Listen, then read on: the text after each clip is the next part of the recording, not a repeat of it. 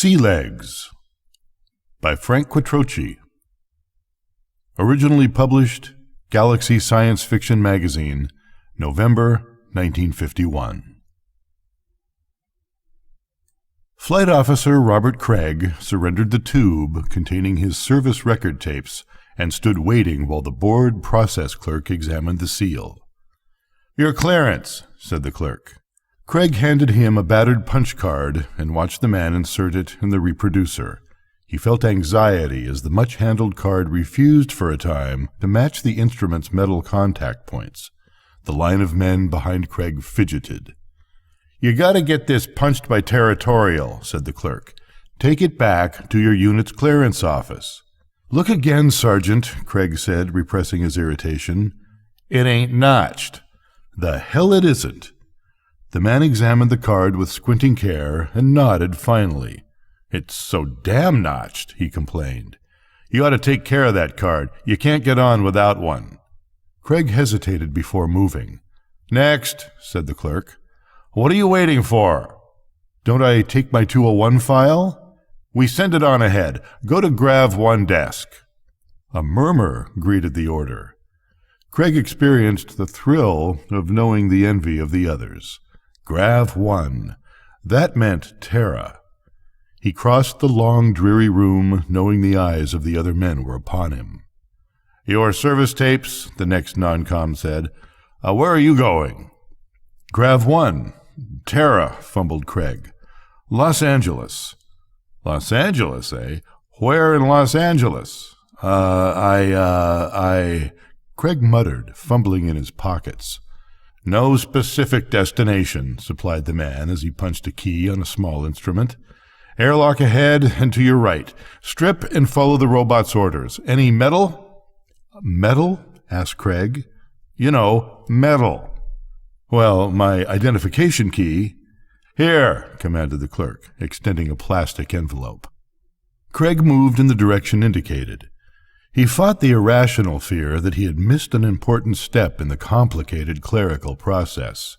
He cursed the grudging attitude of the headquarters satellite personnel, and he felt the impotence of a spaceman who had long forgotten the bureaucracy of a rear base area. The knowledge that much of it was motivated by envy soothed him as he clumsily let himself into the lock. "Place your clothing in the receptacle provided and assume a stationary position on the raised podium in the center of the lock." Craig obeyed the robot voice and began reluctantly to remove his flight jacket. Its incredibly fine-grained leather would carry none of the strange foreign associations for the base station clerk who would appropriate it. He would never know the beautiful, gentle beast that supplied the skin. "You are retarding the progress of others. Please respond more quickly to your orders." Craig quickly removed the last of his clothing. It was impossible to hate a robot, but one could certainly hate those who set it into operation. "You will find a red button at your feet. Lower your head and depress that button." Stepping on the button with his bare foot produced an instant, brilliant blue illumination. A small scratch on his arm stung briefly, and he was somewhat blinded by the flash even through his eyelids. But that was all there was to the sterilizing process. "Your clothing and effects will be in the dressing room immediately beyond the locked door." He found his clothing cleanly and neatly hung on plastic hangers just inside the door to the dressing room. The few personal items he carried in his pockets were still there. The Stan flight jacket was actually there, looking like new, its space blue unfaded and as wonderfully pliant as before. "Insert your right arm into the instrument on the central table," commanded the same voice he had heard before. "Turn your arm until the scratch is in contact with the metal plate. There will be a slight pain, but it is necessary to treat the small injury you have been disregarding." Craig obeyed and clenched his teeth against a sharp stinging. His respect for the robot-controlled equipment of bases had risen. When he withdrew his arm, the scratch was neatly coated with a layer of flesh-colored plastic material. He dressed quickly and was on the verge of asking the robot for instructions when a man appeared in the open doorway. "I am Captain Wyandot," said the man in a pleasant voice. "Well, what's next?" asked Craig, somewhat more belligerently than he had intended. The man smiled. "Your reaction is quite natural. You are somewhat aggressive after clerical, eh?" "Well, I'm a little anxious to get home, I suppose," said Craig defensively. "By home, you mean Terra. But you've never been there, have you?" "No, but my father—" "Your parents left Terra during the second colonization of Cassiopeia too, didn't they?" "Yes," Craig said. He was uncomfortable. Wyandot seemed to know all about him. "We might say you've been away quite a while, eh?" "I was entered as a spaceman when I was 16, Craig said. "I've never been down for any period as yet." "You mean you haven't been in a gravity system?" "Oh, I've landed a few times, even walked around for a while." "With the help of para-oxylnebutol," supplied the captain. "Well, sure." "Mr. Craig, I suppose you've guessed that the next step in our little torture system here is psych." "So I gathered." The captain laughed reassuringly. "No, don't put up your guard again. The worst is over. Short of gravitational conditioning, there is nothing to stop you from going to Terra."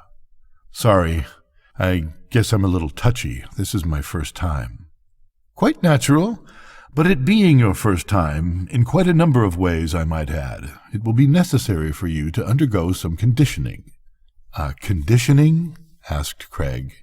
"Yes. You have spent 11 years in space. Your body is conditioned to a normal state of free fall, or at best to a state of acceleration." "Yeah, I know. Once on Ganymede, you were ill, couldn't keep your balance, felt dizzy. That is why all spacemen carry PON, para-oxylnebutol, with them. It helps suppress certain psychological reactions to an entirely new set of conditions. Channels of the ear, for example. They play an important part in our awareness of balance. They operate on a simple gravity principle. Without gravity, they act up for a time, then gradually lose function. Returning to gravity is rather frightening at first." "I know all about this, Captain. You've undoubtedly read popularizations in the tapazines, but you have experienced it briefly." "I expect to have some trouble at first." Craig was disturbed by the wordy psychologist. What was the man actually saying? "Do you know what sailors of ancient times meant by sea legs?" asked Wyandot. "Men on a rolling ocean acclimated themselves to a rolling horizontal. They had trouble when they went ashore, and the horizontal didn't roll any more." It meant more than that. They were excellent psychological reasons for the old stereotype, the drunken sailor. A port city was a frightening thing to an old sailor. But let's begin our little job at the beginning. I'll turn you over to psychometry for the usual tests and pick you up tomorrow morning at, say, 0900. During the days that followed, the psychologist seemed to Craig to become progressively more didactic. He would deliver long speeches about the freedom of open space. He spoke repetitiously of the growing complexity of Terran society, and yet the man could not be pinned down to any specific condition the spaceman would find intolerable. Craig began to hate the delay that kept him from Terra. Through the ports of the headquarters base satellite, he scanned the constellations for the scores of worlds he had visited during his 11 years in space. They were incredibly varied, even those that supported life. He had weathered difficult landings on worlds with riptide gravities, had felt the pull of the incredible star tides imparted by twin and even triple star systems. He had been on Einstein 4, the planet of 8 moons, and had felt the pulse of all 8 of the satellites at once that no PON could completely nullify. But even if he could accept the psychologist's authority for the cumulative effect of a gravity system, he could not understand the unspoken warning he felt underlying all that the man was saying. "Of course it has changed," Craig was protesting. Anyway, I never really knew much about Terra. So what? I know it won't be as it was in Tapazines either. Yet you are so completely sure that you want to live your life out there, that you are willing to give up space service for it. We've gone through this time and time again, Craig said wearily.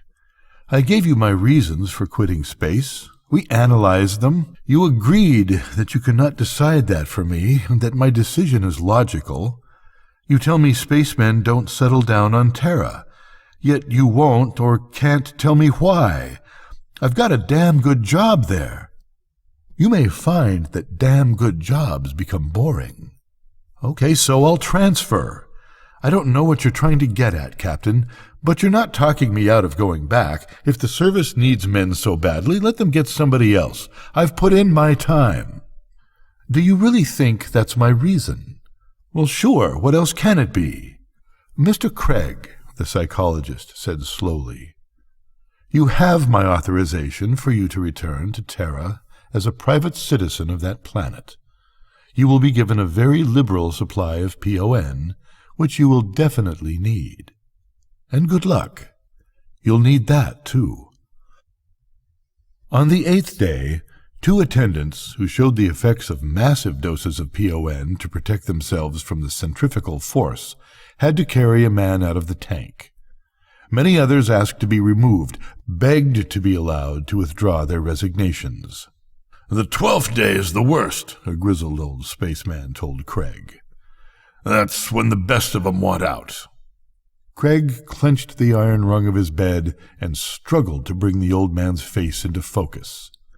How do they know when you ought to come out? He asked between waves of nausea.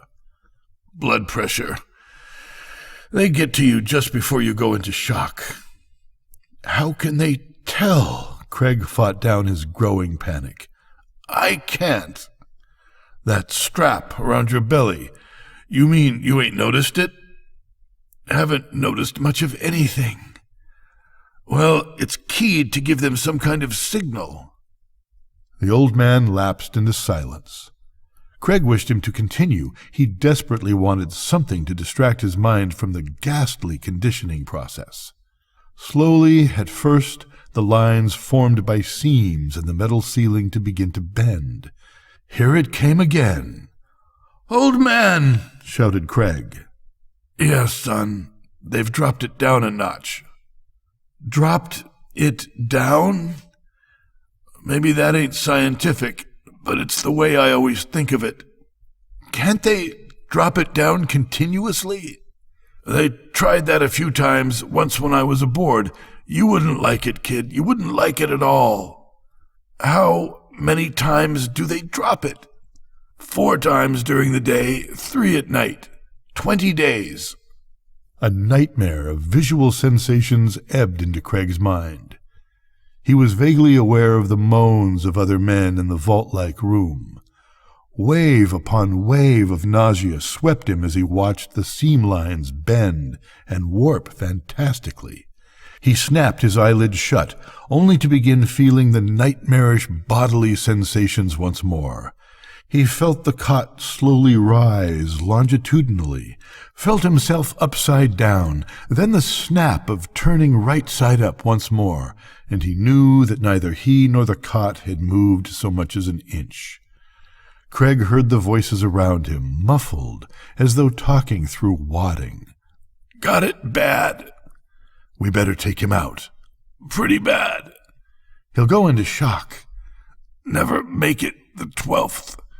"We better yank him." "I'm all right," Craig mumbled at the voices. He struggled with the bonds of his cot. With terrible effort he forced his eyes open. 2 white-clad figures, ridiculously out of proportion, hovered wraith-like over him. 4 elongated eyes peered at him.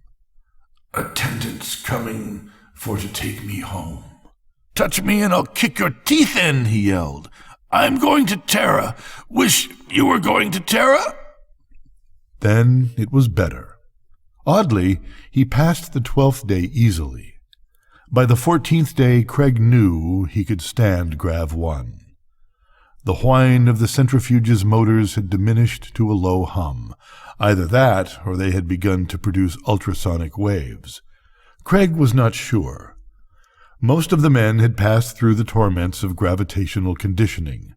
The huge headquarters base centrifuge aboard the man-made satellite had gradually caused their bodies to respond once more to a single source of pull. They were now ready to become inhabitants of planets again, instead of free-falling ships. On the 18th day, automatic machinery freed them from their imprisoning cots. Clumsily and awkwardly at first, the men began to walk, to hold their heads and arms in proper attitudes. They laughed and joked about it and kidded those who were slow at adjusting. Then they began again taking para-oxylnebutol in preparation for the free-fall flight to Terra.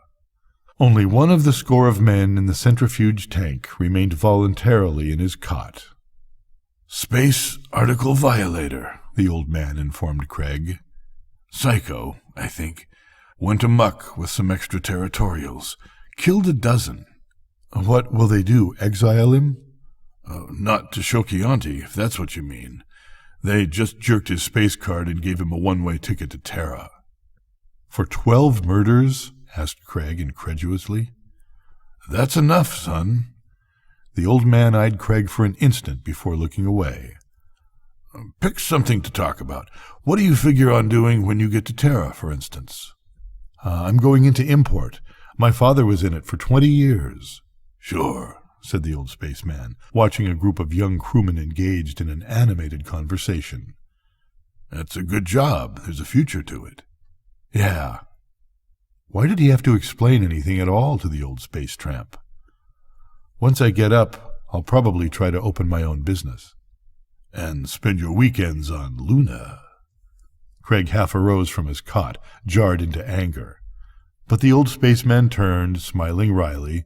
"Don't get hot, kid. I guess I spent too long in Zone 5. He paused to examine his wrinkled hands. They were indelibly marked with lever calluses. "You get to thinking anyone who stays closer than 80 light-years from Terra is a landlubber." Craig relaxed, realizing he had acted childishly. "I used to think the same. Then I took the exam and got this job." "Whereabouts?" "Los Angeles." The old man looked up at Craig. "You don't know much about Terra, do you, son?" "Not much." "Yeah, well, I hope you ain't disappointed." "My father was born there, but I never saw it. Never hit the solar system, matter of fact. Never saw much of anything close up. I stood it a long time, old man, this hitting atmospheres all over the universe." But the spaceman seemed to have lost interest. He was unpacking some personal belongings from a kit. "Where are you going in Grav 1? Craig asked. The old man's face clouded for an instant. "In the old days, they used to say us old-timers acted like clocks. They used to say we just ran down. Now they got some fancy psychology name for it." Craig regretted his question. He would have muttered a word of apology, but the old man continued. "Maybe you've read some of the old sea stories, or more than likely had 'em read to you. Sailors could go to sea until they just sort of dried up. The sea tanned their skins and stiffened their bones, but it never stiffened their hearts. When they got old, it just pulled them in. But space is different. Space is raw and new. It tugs at your guts. It sends the blood rushing through your veins. It's like loving. You don't become a part of space the way you do the old sea, though. It leaves you strictly alone, except that it sucks you dry, takes all the soup out of you, leaves you brittle and old as a dehydrated piece of split leather. Then one day it shoots a spurt of blood around in one of your old veins. Something gives. Space is through with you then, and if you can stand this whirligig conditioning, you're through with space. You can't figure it. Some of 'em erp all over and turn 6 shades of green. You gotta watch the ones that don't. Yeah, you gotta watch the ones that don't, especially the old ones. He's old. You think it was his heart? Who knows? Well, they'll dump him, won't they? After a tracer is sent through, but it won't do any good. He probably outlived everybody that ever knew him. Wouldn't be surprised. Here, grab his leg. Robert Craig folded the flight jacket tightly and stuffed it into the cylindrical carton. A sleeve unwound just as he did so, making it difficult to fit into the space he had made for it. Exasperated, he refolded it and jammed it in place. Smaller rolls of underclothing were then fitted in. When he was satisfied with the layer, he tossed in a small handful of crystals and began to fill the next layer. After the carton was completely filled, he ignited the sealing strip and watched as the plastic melted into a single seamless hole. It was ready for irradiation. Probably in another 10 years, his son-to-be would put it on and play spaceman. But Craig swore he'd make sure that the kid knew what a stinking life it was. At 1300 hours, the ferry bumped heavily alongside the starboard lock. It was the signal for relief in the passengers' quarters. Many were beginning to feel a reaction to the short free-fall flight from the headquarters satellite. The audio called out, "Flight Officer Robert Craig, Flight Officer Robert Craig, report to Orderly 12, report to Orderly 12 through the aft door." With pangs of anxiety he could not completely suppress, Craig obeyed. Orderly 12 handed him a message container. "Who's it from? Somebody on Terra?" "From a private spaceman named Morgan Brockman." "Brockman?" "He was with you in the grav tank." "The old man." The message container produced a battered punch card. Craig straightened it and was about to reach into his pocket for a hand transcriber. But then he noticed the card bore only a few irregular punches and was covered with rough hand printing. "Son, when the flunkies get around to giving you this, they'll have shot me out of the tube. How do I know? Same way you know when your turbos are going to throw a blade. It's good this way. There's something you can do for me if you want to. Way back, some 50 years ago, there was a woman. She was my wife. It's a long story I won't bother you with. Anyway, I left her. Wanted to take her along with me, but she wouldn't go. Earth was a lot different than it is now. They don't have to tell me. I know. I saw it coming, and so did Ethel. We talked about it, and I knew I had to go. She wouldn't or couldn't go. Wanted me to stay, but I couldn't. I tried to send her some units once in a while. Don't know if she ever got them. Sometimes I forgot to send them at all. You know, you're way out across the galaxy while she's home. Go see her if you can, son, will you? Make sure she gets the unit transfer I made out. It isn't much out of 70 years of living, but she may need it. And maybe you can tell her a little about what it means to be out there. Tell her it's open and free when you get hold of those levers and you're trying for an orbit on something big and new and green. Hell, you remember. You know how to tell her. Her name is Ethel Brockman. I know she'll still use my name. Her address is East 71, North 101, number 4. You can trace her easy if she moved. Women don't usually shove off and not leave a forwarding address. Not Ethel, at least. Craig put the battered card in his pocket and walked back through the door to the passenger room. How do you explain to an old woman why her husband deserted her 50 years before? Some kind of story about one's duty to the universe? No, the old man had not been an intergalactic. He had been a tramp spaceman. Well, why had he left? 50 years in space. 50 years. Zone 5 had been beyond anybody's imagination that long ago. He must have been in on the first Setusian flights and shot the early landings on Cetus II. God only knew how many times he had battled Zone 111B pirates. Damn that old man. How did one explain?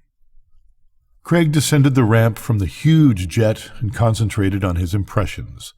One day he would recall this moment, his first on the planet Terra. He tried to recall his first thrill at seeing Los Angeles, 1,500 square miles of it, from the ship as it entered the atmosphere. He was about to step off the last step when a man appeared hurriedly. A rather plump man, he displayed a toothy smile on his puffy red face. "A moment, sir. Just a little greeting from the Terra. You understand, of course, purely routine." Craig remained on the final step of the ramp, puzzled. The man turned to a companion at his right. "We can see that this gentleman has come from a long, long way off, can't we?" The other man did not look up. He was peering into what seemed to Craig to be a kind of camera. "We can allow the gentleman to continue now, can't we? It wasn't that we believed for a minute, you understand. Purely routine." Both men were gone in an instant, leaving Craig completely bewildered. "Are you going to move on, buddy, or you want to go back?" Craig turned to face a line of his fellow passengers up the ramp behind him. "Who was that?" Craig asked. "Customs. Bet you never got such a smooth screening before, eh?" "You mean he screened me? What for?" "Hard to say," the other passenger said. "You'll get used to this.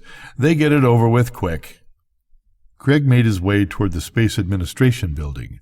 His first physical contact with Terra had passed unnoticed. "Sir! Sir!" cried a voice behind him. He wheeled to see a man walking briskly toward him. "You dropped this, sir. Quite by accident, of course."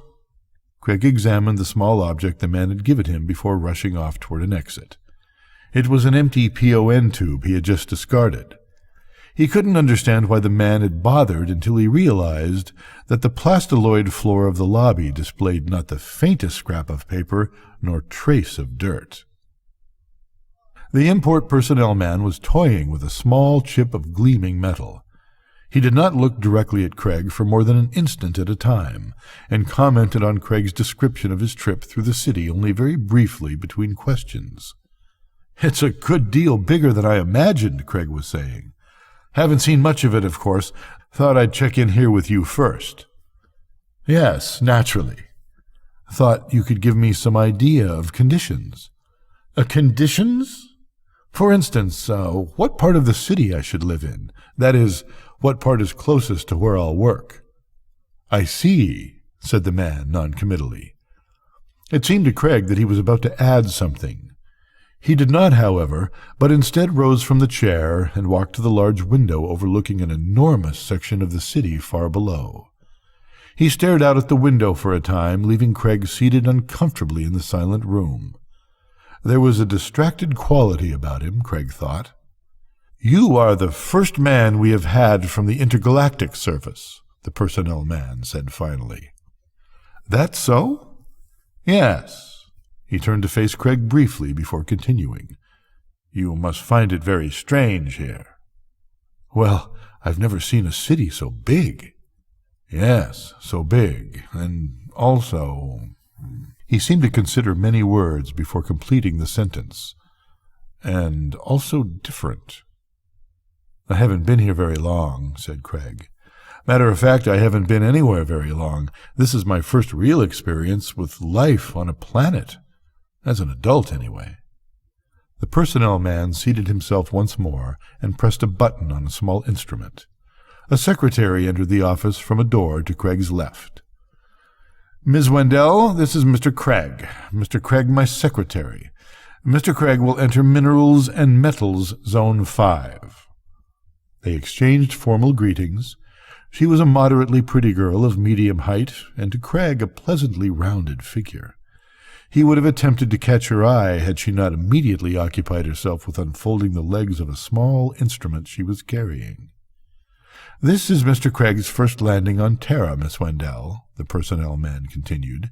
"Actually, we shall have to consider him in much the same way we would an extraterrestrial." The girl glanced at Craig, casting him a cool, impersonal smile. He was formerly a flight officer in the Intergalactic Space Service.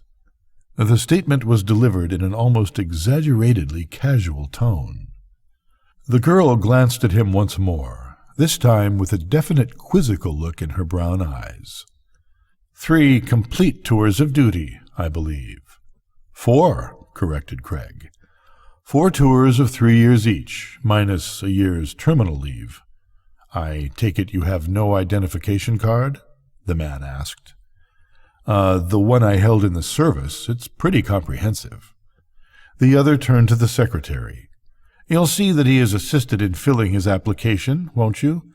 A provisional Code 2. That will enable you to enter all import offices freely, Mr. Craig. Will he need a food and clothing ration also? Asked the girl, without looking at Craig. Oh, yes, the man laughed. You'll excuse us, Mr. Craig. We realize that you couldn't be expected to be familiar with Terra's fashions. In your present outfit, you would certainly be typed as you'd be made uncomfortable. Craig reddened in spite of himself. He had bought the suit on Gandhi. A hick, he supplied. I wouldn't go that far, but some people might. Craig noticed the pleasant way the girl filled her trim, rather severe business suit. He amused himself by calculating stress patterns in its plain woven material as she assembled the forms for him. Here, Mr. Craig, I believe these are complete. They look pretty complicated. Not at all. The questions are quite explicit. Craig looked them over quickly. I guess so. Say, Miss Wendell, I was wondering, I don't know the city at all. Maybe you could go with me to have dinner. It must be almost dinner time now. You could sort of check me out on some... I'm afraid that would be quite impossible. You couldn't gain admittance to any office you need to visit tonight.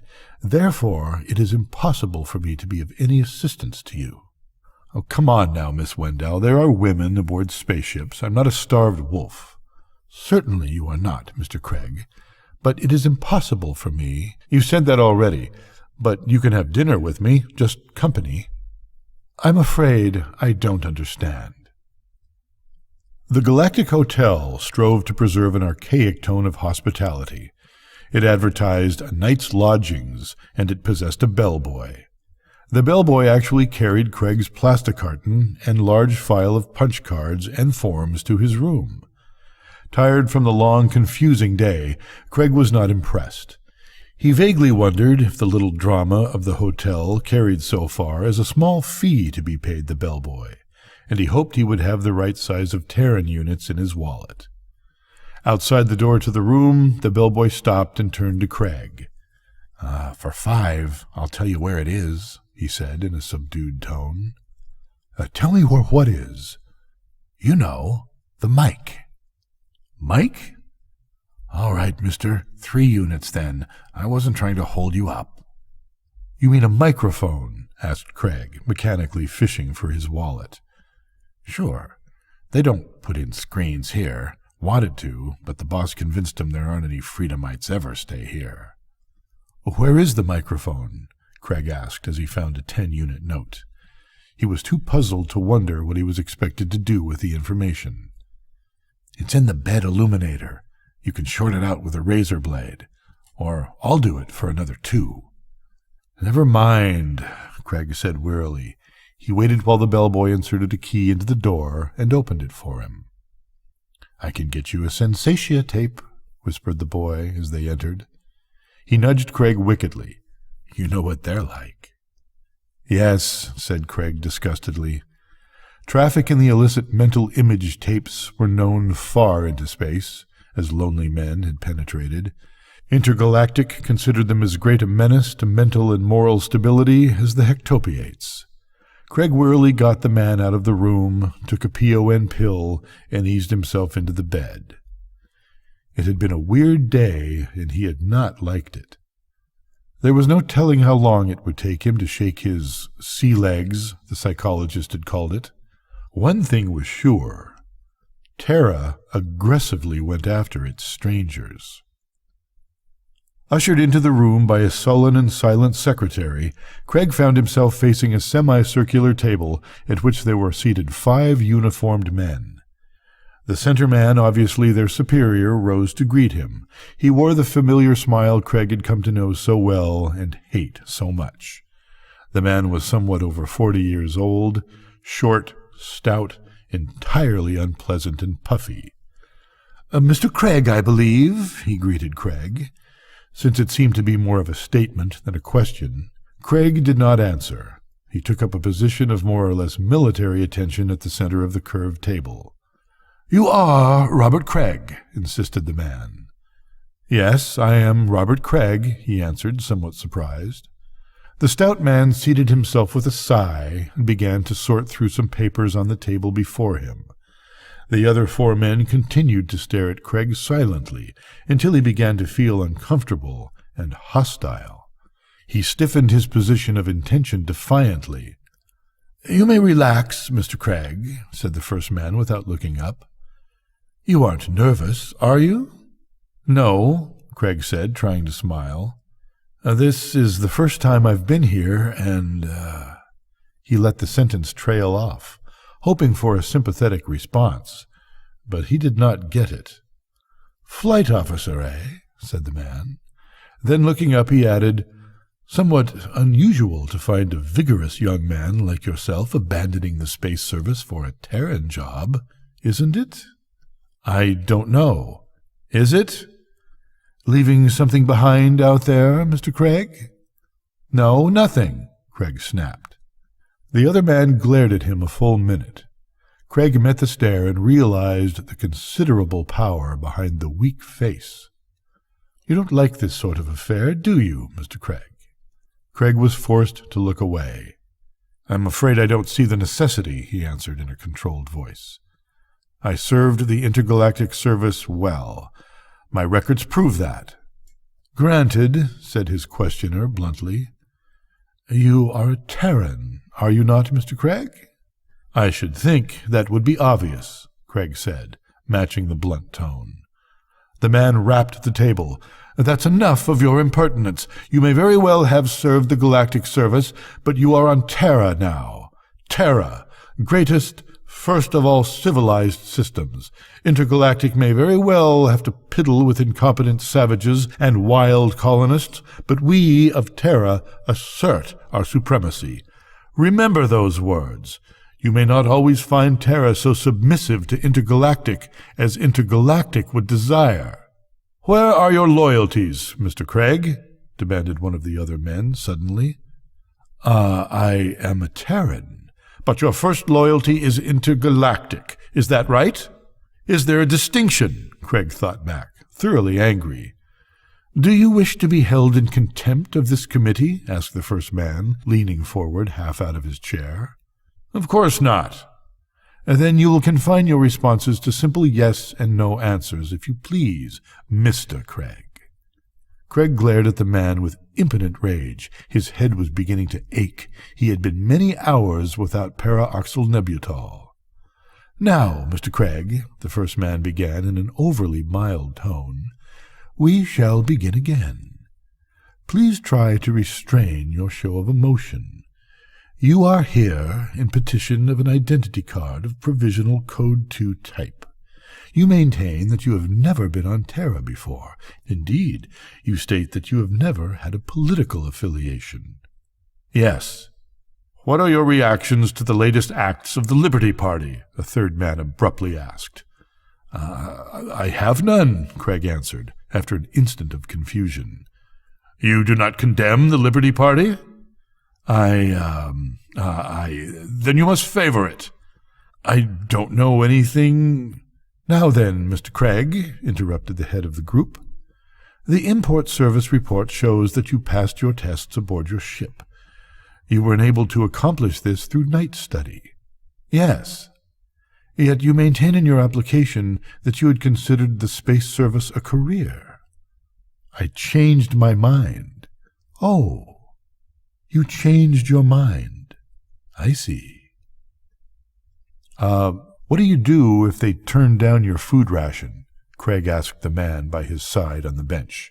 He had intended it as a vaguely humorous question. "You don't eat." "You mean they actually let you starve?" "If you could not eat, you would starve," the man said matter-of-factly. "What's all this for, anyway? I mean the medical part. You are rationed fairly in accordance with your particular metabolism." "You're kidding." One does not jest of such matters, said the man, getting up to take a seat on another bench. But I'd like to keep it as a souvenir. It's not permitted. Look, it isn't issue. I bought the hide, had it made. I can pull off the marks of insignia, and it's just another jacket. And that is not the point, Mr. Craig. Your clothing ration is defined by law. There are no exceptions. These are your permanent quarters. You will occupy them immediately. Then, if you believe the location is wasteful of your time, you must petition the appropriate committee. This department cannot accept such a petition. Your petition to be permitted to purchase a private means of conveyance is hereby denied. The big man leaned far back in his battered desk chair. It creaked at worn joints, but touched the wall without sliding from under its enormous load. The man was silent through Craig's long, confused speech. By turns he examined his fingernails, picked at yellow teeth, and stared above his head at the discolored ceiling. But you can get all this from ISS. Maybe even from import. They'll release my file, Craig argued. The big man said between closed lips. I just made a mistake, that's all. You don't hear much about Terra out there. It was different in my father's day. It must have been different. Yeah. I haven't any character references on Terra, but I can post a good-sized bond if they'll release my ISS units. The space freight agent glanced up at Craig at the remark.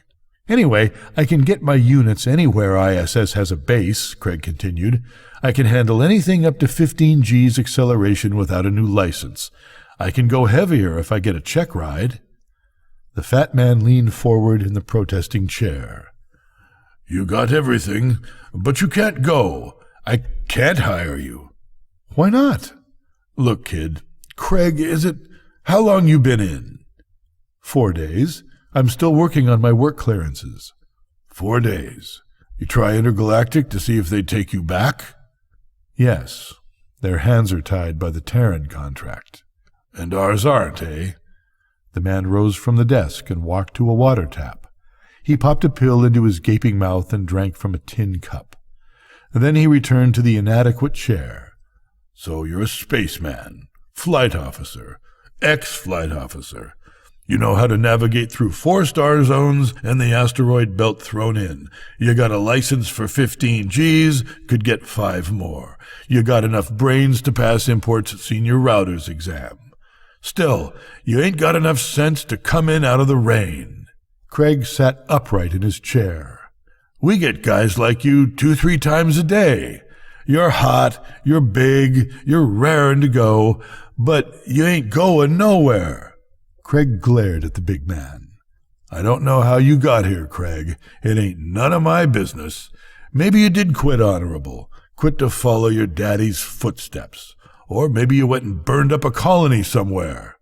That would be in my records, wouldn't it? Craig challenged. It still don't make any difference. You're stuck here. Nobody leaves Terra without a permit. Nobody. You couldn't get a permit with a crowbar and a blaster. You got a problem, son, and you asked for it. Maybe they told you beforehand, maybe they didn't. You got a problem of adjustment. Terra's moved a long, long way since your daddy left it. We're doing things here. We're going places. Big things and big places. You gotta fit into that, kid. Fit in quick. Move with it. You don't like the red tape? The committees? I don't like 'em either, but I've been here a while. I can cut red tape. Guys that don't know Terra, don't know where we're going. Stick around, kid. You still got sea legs. You're still hopped up on PON. You're gonna like it here on Terra. You're gonna like it great. You can make a quick dollar on Terra. You can spend a quick dollar, too. Smarten up, or you'll finish scrubbing radioactive dust off girders. The girl approached his table, her hard eyes scanning him. Wordlessly, she slid into the booth opposite him and made a sign for the bartender. Have a drink? Craig suggested, smiling. Yeah. Work here? What do you mean by that? I mean, if you get a percentage on the drinks, I don't get no percentage. The bartender brought them a version of Nacadian Taz. The girl slouched in the booth and sullenly tapped the glass. The lights in the bar had dimmed to simulate some kind of planetary night. The walls came alive with projected images of Terran constellations. On their table, a globe lamp began to glow. Tiny bright lights swung orbits around a miniature sun inside the lamp. As a miniature Pluto swung in its low arc, an image of it was projected on the girl's dusky face. She seemed to be staring at nothing. "Why'd you call me over here? You a purist? Or don't you like the brand of Sentia tapes they're peddling these days?" "I don't understand," Craig said. She smiled crookedly at him. Not a bad face, Craig decided, but hard. Hard as the ceramiplate of a ship. She could not be very old. It was the kind of wild look in her eyes that gave her a false appearance of age. "Maybe you're writing a book. You got me over here for something." "I just got in," Craig answered. "What am I supposed to do for this drink?" "Nothing. Nothing at all, I suppose. I thought, just skip it. I'm lonesome, that's all." "Lonely, huh?" said the girl. "Lonely and just in, huh? Just in from space." She turned away from him to signal the bartender. "What you need is drinks." There were more drinks. Many more drinks. The girl kept them coming, kept talking to him about, what was it? Craig looked at the girl and then at the globe lamp. He watched as the tiny bright orbs of light projected their images on the girl opposite him. He was aware of the gradual dimming of the lights, the suppression of sound in the bar. He watched the tiny lights of other globes appear around shadows, watched as the lights traced fiery trails across the dusky skin of the girl opposite him, watched as they crossed the warm, rounded flesh. "I tell you, we didn't give him nothing but a couple of Tazes." "Yeah, the pump will determine that. You might as well tell the truth." "I am telling the truth. He drank, let's see, 2, 3... 4, 5, 6... You let her pump him full. Hey, look, this guy's a spaceman. Or was. I didn't know that. Honest, I didn't. He never told us." "All right, you didn't know. What you put in those Tazes? Ether?" "We denature the polyester, just like the law says." "And you get it straight from McAdee, eh?" "We put in some sin. So what? That ain't against the law. He's probably got grav trouble, Chief." "Who's the girl?" "Girl? What girl?" "You know what girl?" "Just a girl, like a million of them these days." "Professional?" "There ain't any more. You know, sensation tapes." "Know her name?" "I don't ask no names. How you gonna know names? She's a girl, just like 10 million of them these days. What do you think a guy like this is doing here, Chief?" "Well, why not?" "Well, look at his clothes. He's got units, too. Can't figure that out. She must have been after something else." "How about his clothing and food tickets?" "Ah, yeah, that's it. She got his tickets." Come on, give me a hand. Lug him into the hold." The hard face of the civil control chief peered down at him. It was a thick, red face that displayed no trace of feeling except perhaps toughness. It was long, yet full, and it contained the proper features, but it added nothing of expression to the harsh, rasping voice. "First time in, eh? Or else Central's too damned lazy to check the file. Okay, I ain't going to cite you. Listen, you got problems, we got problems. You solve yours, and don't come back here." Craig was aware of officers glowering at his back as he fumbled with the door button. The door opened onto a city street. It was entirely foreign to Craig. It was not a clean, straight thoroughfare at the bottom of a canyon of towering white buildings and contrived but bright parks. It was an old street, a dirty street, an incredible welter of color and line, of big and little shops, of dirty human shapes in drab gray. A flood of tone and noise hit Craig as he emerged from the station and descended the long, broad steps. We'll conclude Sea Legs by Frank Quattrocchi in Part 2. Good night, Nora.